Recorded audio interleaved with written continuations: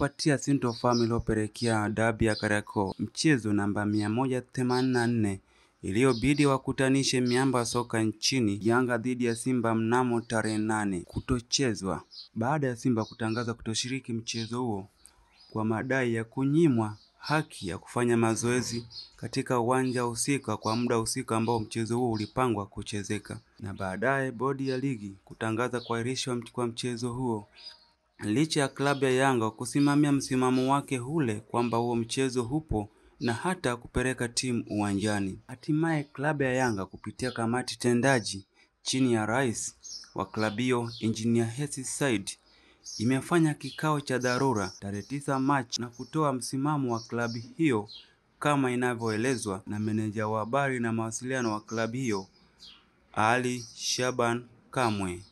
Jambo la kwanza ambalo kamati yetu ya utendaji ambayo siku ya jana ilifanya kikao cha dharura kwa njia ya mtandao kwa sababu rais wetu Engineer Hersi Said yupo Cairo kwa ajili ya shughuli za shirikisho la mpira wa miguu barani Afrika. Kwa hiyo ilibidi wakutane kwa njia ya mtandao na kamati yetu ya utendaji, na walipokutana walizungumza na kukubaliana mambo kadhaa ikiwemo kwanza kutoa pole kwa mashabiki, wanachama, wapenzi na wadau ambao walikuja kwa wingi Benjamin Mkapa, walikata tiketi zao, wadau ambao walijiandaa kwa asilimia 100 kufurahia Kariakoo dabi ambayo imeota mbawa. Kwa hiyo kwanza ilikuwa ni kutoa pole kwa wadau wetu wa mpira kwa kushindwa kuiona Kariakoo dabi. Lakini la pili, kamati ya utendaji ilipitia tukio zima kwa ripoti ambayo wameipata kutoka kwa watendaji wa klabu yetu ambao walikuwa field, na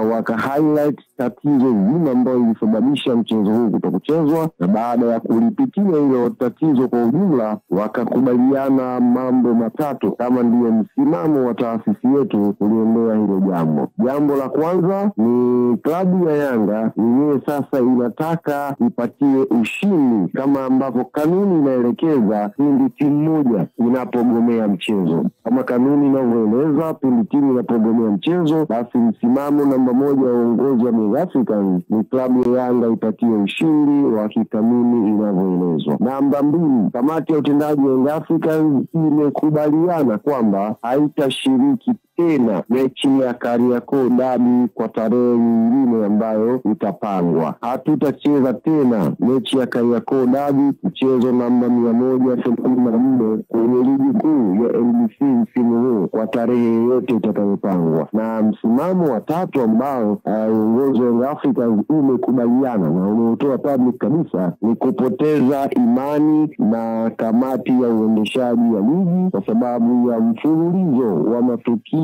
ya uvunjaji wa kanuni kwenye ligi yetu. Uongozi wa Young Africans umepoteza imani na kamati hiyo ambayo inaongozwa na mwenyekiti wake Steven Mguto na katibu mkuu wa hiyo kamati ambaye ndio CEO wa bodi ya ligi Almasi Kasongo. Hivyo uongozi wa Young Africans umeiomba shirikisho la mpira TFF kama mamlaka kubwa kabisa za mpira hapa Tanzania kuvunjilia mbali bodi hii na kuteua watu wengine ambao wanaweza kuendesha mpira wetu kwa weledi mkubwa na wakawa na nia njema ya maendeleo ya sekta ya michezo hapa nchini. Hayo ndio mambo matatu ambayo uongozi wa Young Africans umeyasimamia baada ya kupitia ripoti nzima ya tukio la mchezo ule. Na kala imeshatumwa, taratibu zimeshachukuliwa na haki zote zimehifadhiwa. Yaani kilichozungumzwa jana kwenye ripoti yetu ya kamati ya utendaji ndiyo msimamo na mwelekeo wa klabu ya Young Afrika. Huwezi kwenda kusema unadai haki yako ya ushindi kwa kuposti tu, lazima pia uwasiliane na hao ni mamlaka, waeleze kwamba kwenye mchezo huu ambao timu iligomea kuja